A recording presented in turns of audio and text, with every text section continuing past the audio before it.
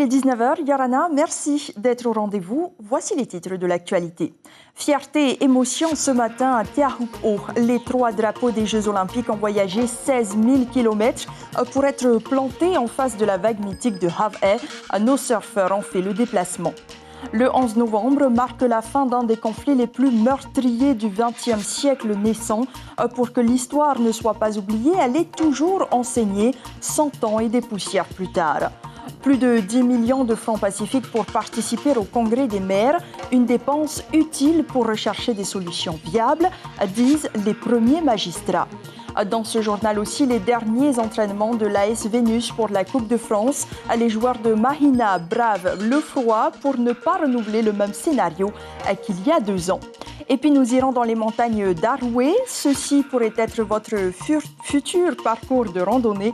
Rejoindre Aurei par Erima, ce sera bientôt possible grâce à des passionnés de la nature.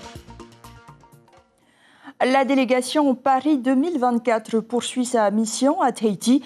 Parmi les temps forts de cette 3e journée, le passage de la caravane des drapeaux à Teahup'o, un moment symbolique qui permet de partager l'esprit des Jeux Olympiques. Cybèle Plichard, Jérôme Lee. Les drapeaux symboles des Jeux Olympiques qui traversent le pont de la rivière Fauoro, c'est inédit dans l'histoire des Jeux. Pour la première fois, les drapeaux voyagent dans l'Hexagone et jusqu'à Teahup'o, à 16 000 km de Paris. C'est une grande fierté de pouvoir porter le drapeau ici aujourd'hui et surtout chez nous à Tahiti.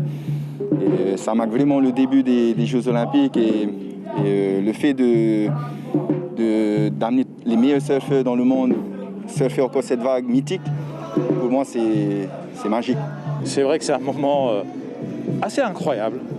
Il y a une énorme émotion, il y a le mana qui est là, qui est présent entre ces 2 symboles, le symbole de l'olympisme avec les valeurs qu'il véhicule, et puis ici cette terre de jeu qui est chargée d'histoire. L'histoire des guerriers de Te Waitei, façonnée par la vague de Hawaii, mais pas seulement. C'est un lieu connu des premiers guerriers.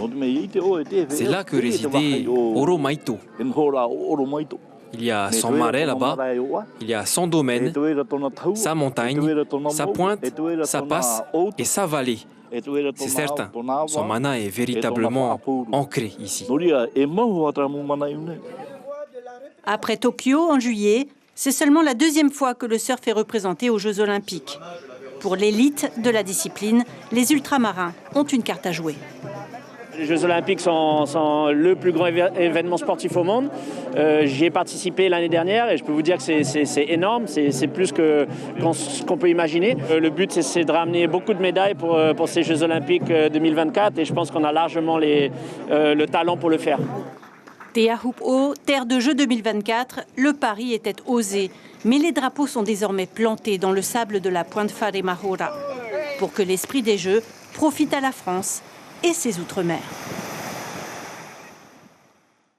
Et en bref, cette macabre découverte sur la plage du PK18 à Punauia. Le corps sans vie d'un sans domicile fixe quadragénaire a été retrouvé aux alentours de 6h30. Selon les témoignages recueillis sur place, il semblerait que cet homme vivait sur place. D'après les premières investigations, une chute sur les pierres serait à l'origine du décès. Une autopsie sera réalisée la semaine prochaine pour déterminer les causes exactes de sa mort. Ce 11 novembre est un jour de mémoire dans tous les territoires français. Cette année, à Uapau, la crise n'a pas eu raison de la tradition, contrairement à l'an dernier.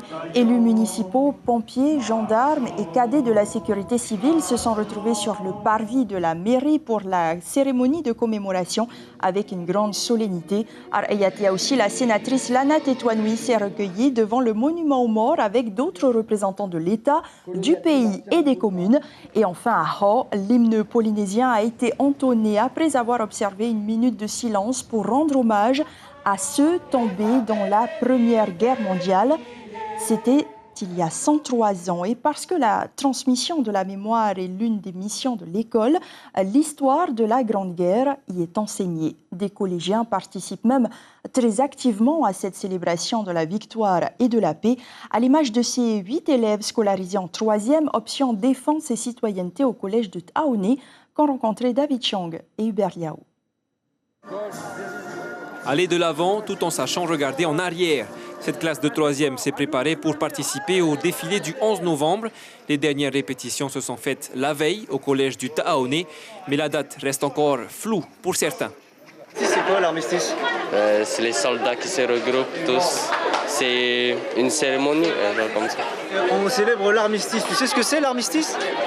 Non, enfin si, je sais, mais je m'en souviens plus. D'accord, ok. Et si je te dis c'est la Première Guerre mondiale, peut-être? Ben oui, non. on travaille ça avec monsieur. Ça veut dire quoi, commémorer? Souvenir, on se rappelle de nos anciens. Le travail de l'enseignement, de transmission de la mémoire, à force de persévérance, finit par porter ses fruits. La Première Guerre mondiale a fait plus de 18 millions de morts et c'est comme si Bastien s'en souvenait. C'est la commémoration de l'armistice de la Première Guerre mondiale où on voit, c'est le moment où ils ont décidé d'arrêter les boucheries et les morts. Ce souvenir, ça permettra de ne pas reproduire les mêmes erreurs et d'éviter ce qui s'est passé pendant ces guerres. Ils sont motivés, donc par exemple, si je parle de la cérémonie du 11 novembre qui aura lieu demain, ils seront tous, ils sont motivés, on sait que c'est un jour férié, on les fait venir très tôt, donc à partir de 6h45, tous sont répondus présents, ils sont portés volontaires pour ça parce qu'ils savent justement l'intérêt que ça peut avoir. Ce drapeau représente l'armée Rhin et Danube. Il a une signification toute particulière. C'est une armée qui est montée d'Afrique du Nord jusqu'à Berlin. Et vous avez vos anciens Polynésiens qui en faisaient partie. Cette classe de 3e participera à un autre défilé, celui de l'armistice de la Seconde Guerre mondiale cette fois, qui est commémoré le 8 mai. Oui, pour nous souvenir des 300 braves Polynésiens qui s'étaient engagés. 76 élus communaux sur le départ direction Paris pour le 103e congrès des maires de France. À l'heure où la crise sanitaire a lourdement impacté les finances publiques, ce déplacement suscite des interrogations. Pourquoi les représentants polynésiens partent en si grand nombre? Est-ce bien nécessaire? Réponse avec Brigitte Olivier et Nicolas Suire.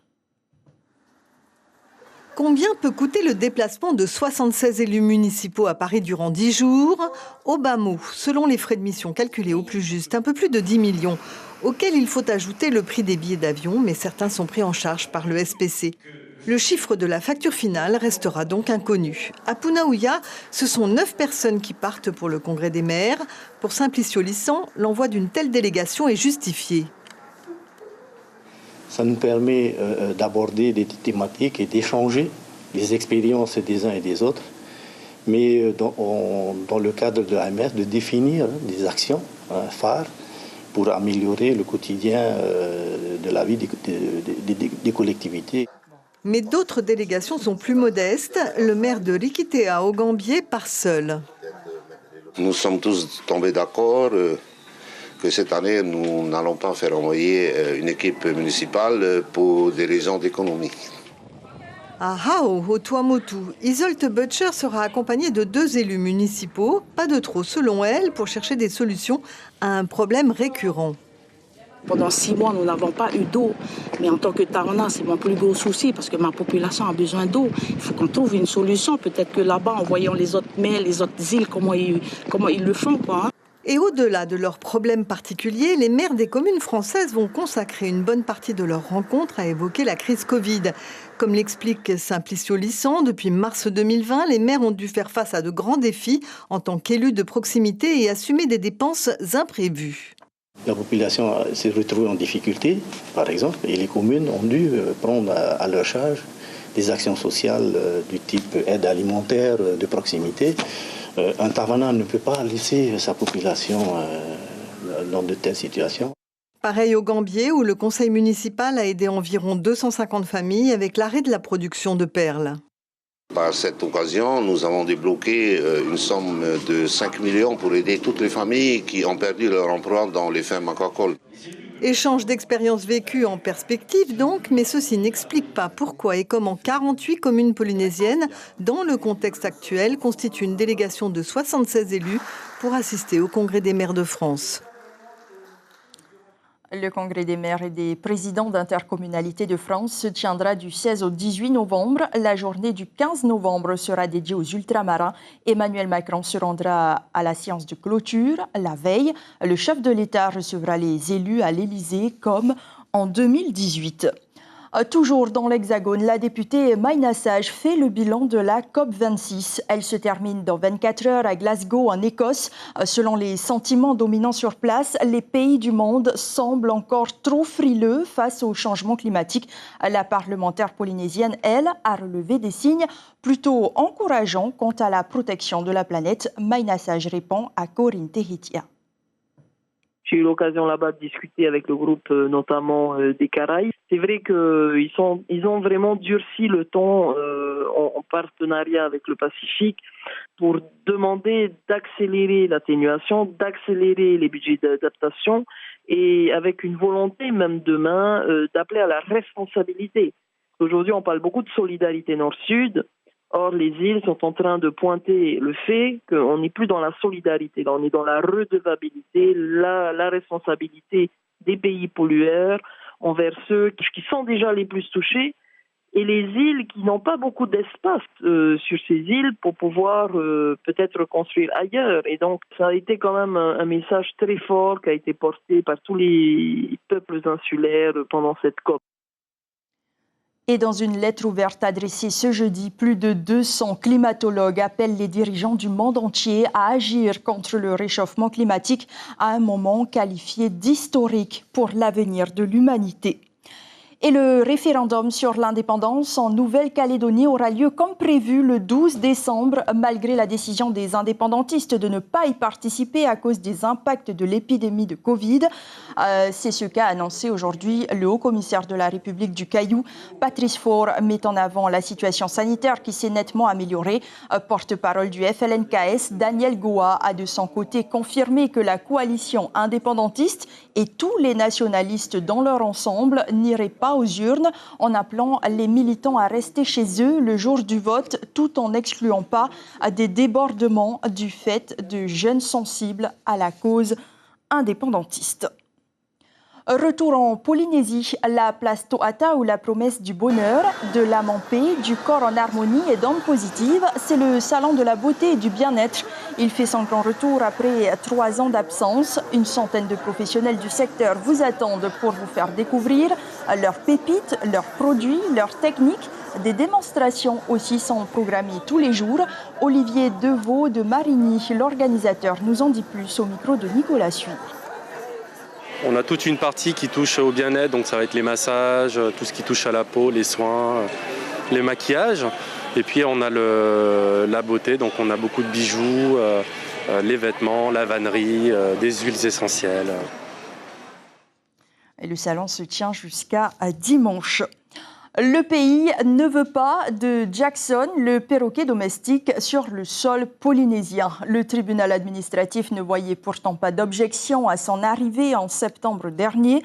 C'est au tour des experts et des vétérinaires d'argumenter, car la loi est claire, l'importation d'animaux exotiques est interdite, mais des dérogations sont possibles. Les explications de Stéphane Ratino et Jacques Damour. Alors qu'il a été officiellement mandaté par les autorités pour soigner un caméléon clandestin pendant sa quarantaine, Benjamin Varnet mène un combat juridique. Faire venir son perroquet, Jackson 12 ans, encore au Canada. La loi interdit par principe l'exportation d'animaux exotiques, mais des dérogations peuvent être accordées sur la base de rapports scientifiques. Le tribunal administratif a été saisi une nouvelle fois. Le but, valider l'absence de danger du perroquet pour l'écosystème polynésien. Le Code de l'environnement autorise à titre dérogatoire et exceptionnel, sous réserve de rapporter la preuve de l'innocuité. S'agissant de ce perroquet, des conditions dans lesquelles il a été élevé, il n'a jamais été à la vie sauvage, de son suivi vétérinaire au Canada, la preuve en est rapportée. Et donc nous sommes dans les clous, mais c'est assez exceptionnel, du Code de l'environnement. Si la réponse est positive, le tribunal suspend la décision de refus et fait injonction à l'administration de nous donner les clés pour l'importer. Ce n'est pas la première fois qu'une telle question est posée. Le tribunal administratif a déjà autorisé l'arrivée de 2 cacatoès sur la presqu'île il y a plusieurs années. Jackson, l'animal dont il a question, a toujours vécu avec des humains. Un double rapport a été présenté au tribunal, signé par un vétérinaire et un bureau d'études spécialisé. Le demandeur, au-delà de sa relation fusionnelle avec l'animal, dit agir au nom de l'exemplarité. Oui, c'est autorisé, mais que ce n'est pas facile. Mais qu'on peut le faire, parce que si jamais on bloquait ce dossier aujourd'hui, qui a été bien médiatisé, eh bien c'est la porte ouverte pour tous les animaux clandestins qui pourraient arriver par des yachts, comme ça se fait déjà. Et je le rappelle, Jackson ne sera pas le premier perroquet à Tahiti, mais n'ayez crainte, tous les perroquets qui sont là depuis 40 ans n'ont jamais bouleversé la biodiversité, puisqu'ils ne peuvent pas vivre dans la nature, ils ne vivent qu'en captivité. Décision du juge administratif ce vendredi, mais rien ne dit que ce sera l'ultime chapitre de ce feuilleton animalo-juridique. Allez, on continue. Rendez-vous demain donc pour la décision du tribunal. Au chapitre sportif, J-2 avant le face-à-face très attendu entre Vénus et le club de football de Trélissac. En métropole depuis 2 semaines, les joueurs de Mahina se préparent énergiquement pour ce match ultime. Mais le plus dur pour ces Polynésiens est de s'acclimater avec le froid. Avec un thermomètre qui affiche parfois 6 degrés, difficile de trouver la motivation. Le reportage de notre envoyé spécial sur place, Gilles Taoutou. C'est ici à Rodez, labellisé terre des Jeux Olympiques, que Vénus a choisi d'effectuer son dernier match de préparation. Toulouse d'abord, puis ici avec le club de Rodez, les 2 clubs amis se sont mis ensemble pour préparer la rencontre face au club de Trélissac ce samedi 13 novembre dans le cadre du 7e tour de la Coupe de France. Hier, c'était leur dernière journée de préparation. Je vous propose de revenir sur cette journée. Après 2 semaines d'immersion à Toulouse d'abord, puis dans la ville de Rodez pour affûter leur préparation, l'équipe étoilée a dû se plier aux conditions climatiques car ici, c'est le froid qui domine. Les chaussettes chauffantes. Ou le froid. Il y a gaufrette, il y a chaufferette. Le monoeil de fenouil n'est pas de trop pour affronter le froid, à utiliser sans modération. De l'huile de chez nous, pour que le froid ne les prenne pas. État d'esprit, ça parle. Moïse, on y va. Menée 2-0, l'équipe de Vénus a fortifié sa défense, a intensifié son attaque pour revenir dans le match, pour au final égaliser 2 minutes avant la fin de la rencontre. Et ça fait du bien, on avait prévu de faire 45 minutes, on les a fait. L'objectif, c'était pas ce soir, c'est samedi. Donc on remercie Rodez de nous avoir donné 45 minutes ce soir. Confiant, l'équipe de Vénus a pris la direction du Périgord, lieu où le match se jouera contre l'équipe de Trélissac. 2 semaines de préparation pour être au top, 2 semaines de vie en communauté pour être qu'un seul sur le terrain. Loin du Fénois, loin des supporters, ils n'auront qu'à lever la tête au ciel pour faire appel à leur guide de toujours, l'étoile de Vénus. Il n'y a plus qu'à espérer qu'elle soit au rendez-vous. N'oubliez pas que vous pourrez suivre le match en direct sur la première samedi matin. Et il y avait du triathlon et de l'aquathlon à Pirée, organisé par le Cercle des nageurs, des adultes et des enfants âgés de 6 à 11 ans ont pu s'adonner à ces activités. Au programme, 2 parcours pour les plus jeunes à la piscine de Pater, le premier destiné aux 6-9 ans et le second pour les 8-11 ans. Pour les adultes, c'était donc de la natation et de la course à pied. Pour le président du CNP, cette journée permet de démarrer la préparation des futurs athlètes polynésiens qui participeront aux Jeux du Pacifique prévus en 2027. Bernard Costa l'a dit à David Chiang. Et on est content d'être un peu sorti de crise et de pouvoir justement reprendre ces compétitions. Les jeunes étaient impatients. Et puis, si on voit plus loin, c'est aussi une préparation des générations qui vont arriver, notamment sur les Jeux de 2027 dans 6 ans. Voilà. Place au gros bras maintenant. La grande soirée de boxe de l'association Tamar Ipunalu Boxing Club se prépare. Aujourd'hui ont eu lieu les pesées des boxeurs professionnels. Brian Good, le boxeur d'Auvergne, et le Tahitien Okeni Cummings boxeront dans la catégorie des super mi-moyens, c'est-à-dire des 69 kg 800. En ouverture de cette rencontre, une fight card de 9 combats amateurs, entre autres les finalistes du championnat de Polynésie 2021. Au programme aussi, une démonstration de MMA avec le club Sphère MMA.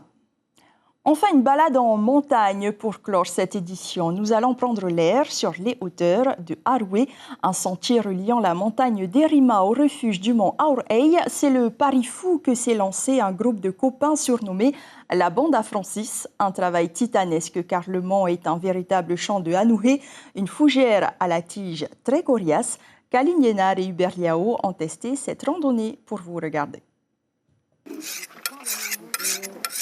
En montagne, il y a deux catégories de personnes, celles qui ouvrent les sentiers et celles qui les suivent. Damien et ses amis se surnomment la Bande à Francis.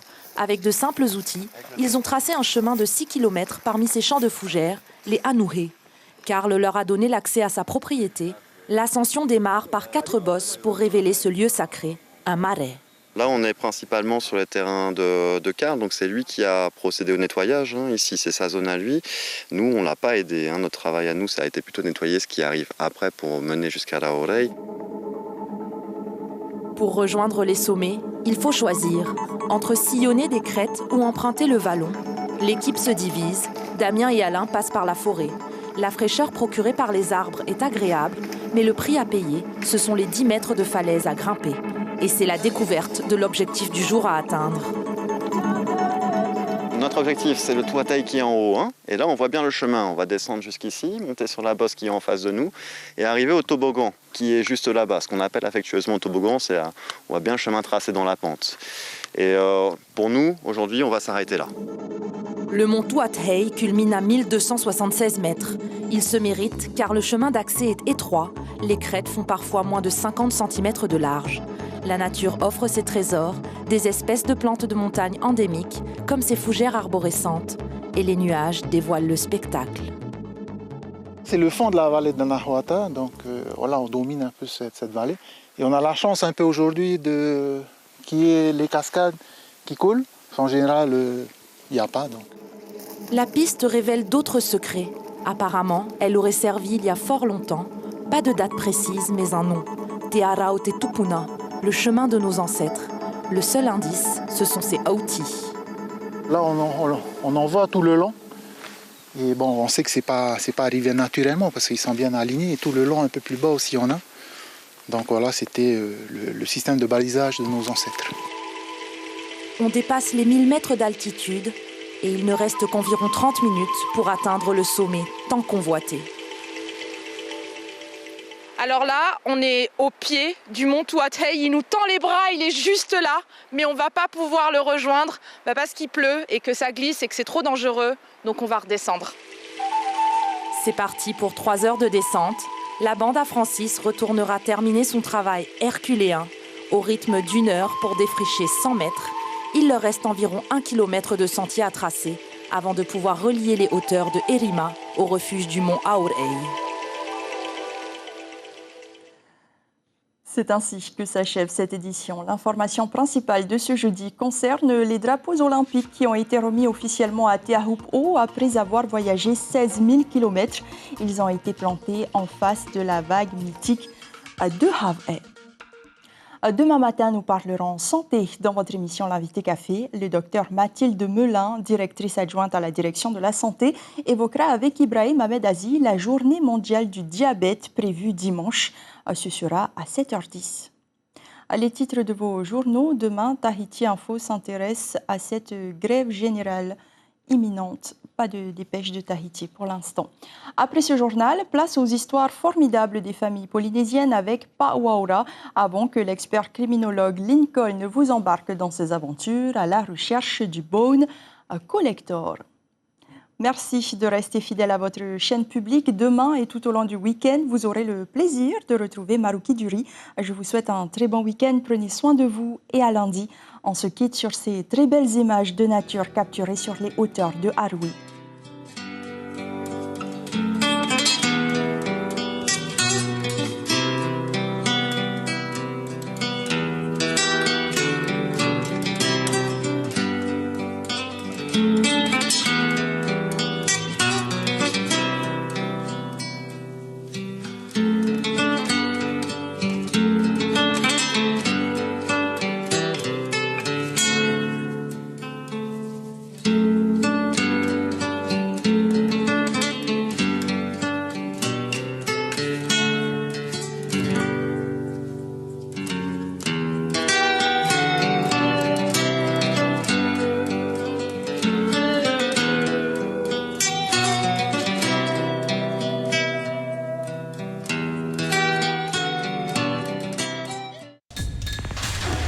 L'information en continu sur Polynésie la première, Internet et réseaux sociaux.